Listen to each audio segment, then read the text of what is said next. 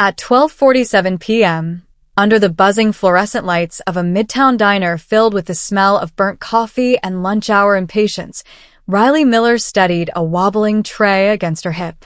The world around her moved fast, bankers barking into phones, cooks slamming pans, but she moved slower, worn down by a life that never gave back what it took.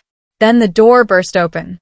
Arthur Sterling, Wall Street's quiet storm, strode inside with a daughter who walked like she owned the city. 7-year-old Beatrice Sterling dragged a porcelain doll across the floor, her expression carved in cold defiance. "I'm not staying here," Beatrice announced, voice sharp enough to halt conversations. "You will," Arthur muttered, trying to hide the fear behind his frustration. Riley approached their booth, forcing a breath. Beatrice stared up at her, unblinking. "If you mess up my order," the girl said softly, "I'll throw it. And Daddy will make sure you disappear." Riley didn't look away. "Try me." Something electric shifted, small, almost invisible, but it was the first crack in the Sterling Empire. And before long, this crack would expose everything. If you want more stories that hit the heart and don't let go, subscribe to Canada's Heartfelt Tales and like this video. The moment Beatrice wiped the last streak of chocolate from the diner floor, something unspoken passed between her and Riley, a small acknowledgement, too fragile to name, but strong enough to shift the air around them. Riley didn't praise her. She didn't scold her. She simply stood, gathered her things, and returned to work like the world hadn't tilted. But Arthur Sterling watched his daughter as if he were seeing a message he didn't understand, delivered in a language he had forgotten to speak. Hours later, Riley found his card. Hours after that, desperation forced her to dial the number. And by the next morning, she was walking through gates taller than her entire apartment building. Inside the mansion, silence didn't rest. It suffocated. Riley passed hallways lined with portraits of people whose faces carried the same cold authority Arthur wore to hide his fear. The butler led her to the library, where Arthur waited with someone who looked like she could command storms. Agatha Harrington. Her gaze held the clinical sharpness of someone who dissected children, not raised them. She watched Riley with the quiet condescension of a person who believed the world was carved into two categories, those in power and those who should stay out of the way. But Riley didn't shift, didn't shrink, didn't attempt to soften herself. Months of unpaid bills, double shifts, and her mother's fading health had carved steel where fear used to be. Arthur gestured toward the staircase. "She's upstairs." Agatha cut in. "Miss Sterling is difficult. She requires someone who understands discipline." Riley met her eyes.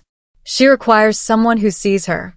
Agatha's expression hardened, as if Riley had spoken a profanity. Upstairs, the playroom resembled the aftermath of a riot. Dolls decapitated, paint splattered, furniture overturned. Beatrice sat in the middle of the destruction like a tiny queen ruling over ruins she designed herself. "You came," the girl muttered without looking up. "Didn't really give me a choice," Riley replied, dropping onto an oversized beanbag. "Your dad pays too well." Beatrice raised the scissors. "So you work for us now?" "No," Riley said. "I work with you." The girl hesitated. A small, almost invisible tremble ran through her hand, gone before most people would notice, but not Riley. "You're supposed to tell me my behavior is unacceptable," Beatrice said. "No," Riley murmured. "I'm supposed to see why you're fighting so hard." The scissors clattered to the floor. But the moment didn't last. The door creaked open. Agatha appeared, her polished smile a threat disguised as etiquette. Beatrice stiffened instantly, her face morphing into the defensive mask she wore at the diner. "She hit me," the girl shouted. Riley didn't move, but Beatrice turned, jaw shaking, and whispered, barely audible, she didn't. It was the first time the girl had chosen truth over fear. Agatha's eyes flashed with the cold fury of a predator realizing its prey was learning to bite back. Arthur arrived seconds later and, with a weary exhale, hired Riley on the spot. The next days unfolded like a quiet storm. Riley broke every rule Agatha spent years constructing. She canceled French lessons. She refused rigid schedules. She let Beatrice climb trees barefoot and paint outside the lines. Agatha seethed. "You're undoing years of structure." Agatha snapped one morning as Riley prepared breakfast. Riley flipped a pancake. "Years of control, you mean?" Agatha stepped closer. "Children need order. She needs air." Agatha's voice lowered to a venomous whisper. "You don't belong here." Riley didn't flinch. "And yet, here I am." But the real fracture came with the rain. When Riley coaxed Beatrice outside into the falling sheets, the girl hesitated as though crossing an invisible electric fence.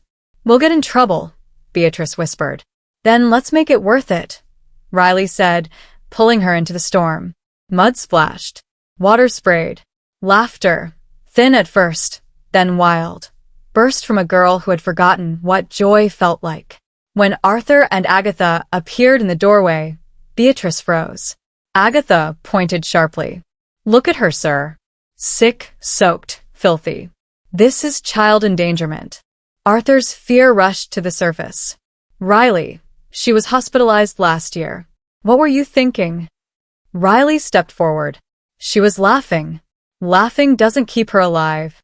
Maybe it's what keeps her human," Riley said softly. The argument ended with a slammed door and a bruised trust, but Riley didn't back down.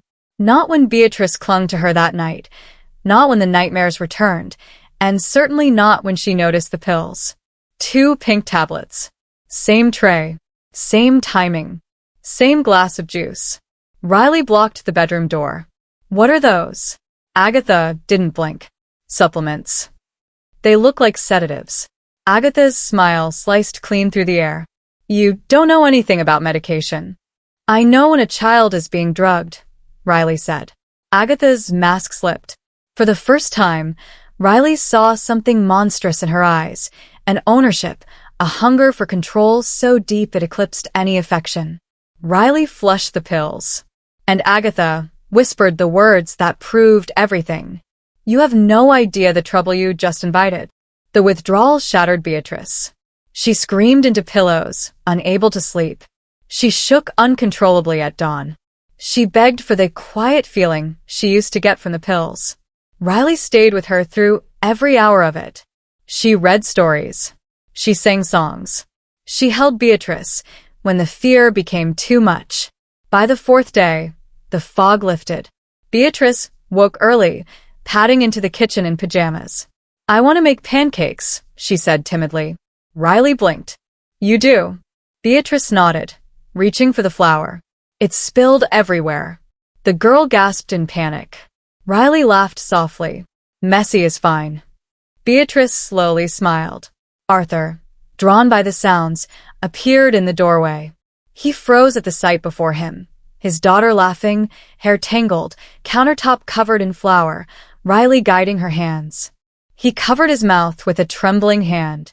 Agatha watched from the shadows, fury coiling around her like smoke. Riley found the receipts 2 nights later, hidden in a locked pantry drawer. Imported pharmaceuticals, heavy antipsychotics, stimulants powerful enough to twist a child's mind inside out. Everything made sense, the mood swings, the rages, the blank stares. Agatha wasn't managing Beatrice. She was manufacturing a disorder. Riley shoved the papers into her pocket, heart pounding. That was when the light snapped on. Agatha stood in the doorway holding a brass candlestick. "You should have stayed in your place," she murmured. The attack was fast, brutal, desperate. Riley dodged, slammed into a shelf, scattering files across the floor. Agatha tore her own robe, raked her nails across her face, and let out a shriek that rattled the walls. "She attacked me," Agatha screamed as security stormed in. They dragged Riley away before she could insist on her innocence. Arthur arrived last, breathless, confused, torn. And then he saw a single scrap of paper, half a pharmacy receipt, resting beside his shoe. He bent down. "Read the words. Haloperidol, disoxin, pediatric contraindication." His chest tightened. His breath thinned. Everything he had ignored twisted into clarity. He didn't defend Agatha. He didn't speak at all. He slipped the scrap of paper into his pocket like a loaded weapon. Riley spent the night in a holding cell, curled on a metal bench, repeating one thought. Beatrice thinks I left her. The metal door creaked open at sunrise. Arthur stood there looking nothing like the man who entered the diner days ago. His suit was wrinkled, his hair uncombed, but his eyes burned with purpose. I was wrong, he said, voice breaking. And I'm going to fix everything. But I need you. Riley swallowed the fear in her throat. Is she safe? No. Not yet. That answer was enough. The Sterling Foundation Gala was a spectacle of ego, chandeliers dripping crystal, senators shaking hands, cameras flashing like a storm. Agatha arrived draped in velvet, walking with the confidence of a woman who believed she was untouchable. She paraded Beatrice across the ballroom floor, the girl pale and dazed from another pill. Riley watched from across the room, disguised in a caterer's uniform. Arthur stepped onto the stage. Tonight, he began, is not about charity. Agatha's smile faded. Arthur continued, voice steady as steel. It's about truth. The screen behind him flickered to life. Hidden camera footage. Agatha crushing pills into yogurt. Agatha whispering threats. Agatha tightening her grip on a trembling child. Gasps erupted. Phones lifted. Senators stared in disbelief. Agatha lunged for Beatrice. Riley sprinted, fast enough to knock the older woman into a table of champagne flutes. Security tackled Agatha, her screams echoing through the ballroom. You can't do this. I made you. But Arthur wasn't listening. He held his daughter close, shielding her from the chaos. And for the first time, Beatrice looked safe. Agatha Harrington was charged with chemical child abuse, financial fraud, and assault.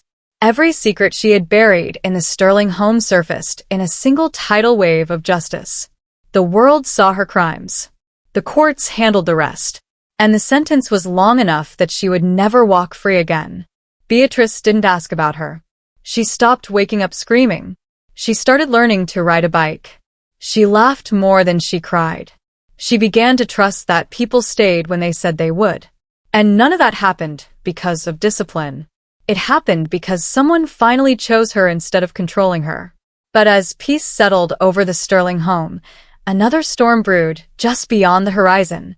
Because Agatha wasn't the only person who had something to lose when the truth came out. When the dust finally settled, Riley found herself standing in the quiet garden behind the Sterling home, a place that once felt colder than stone. Now, wind chimes swayed softly, and children's drawings fluttered from the porch rails. Beatrice ran ahead of her, hair catching the late afternoon light, no longer hiding behind fear or silence.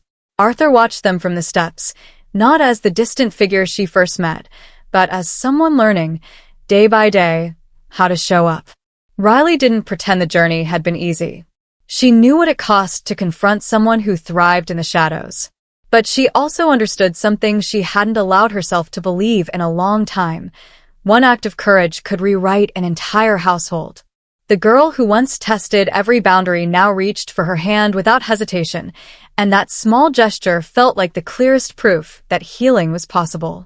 As Beatrice lifted a kite into the sky, its bright tail twisting above the snow-dusted yard, Riley felt a quiet certainty settle in her chest. Not every battle ends with thunder. Some end with a child finally free enough to laugh.